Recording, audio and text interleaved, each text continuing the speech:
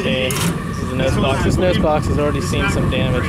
I think it's gonna crush it, but it's pretty much gonna mangle it. I'm pretty sure it's already got some bend points in it. Yeah, there she goes.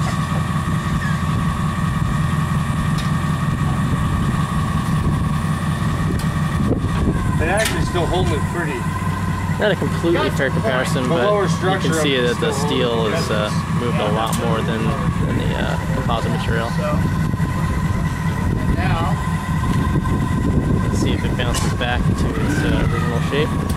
Let's see if the box regains its shape.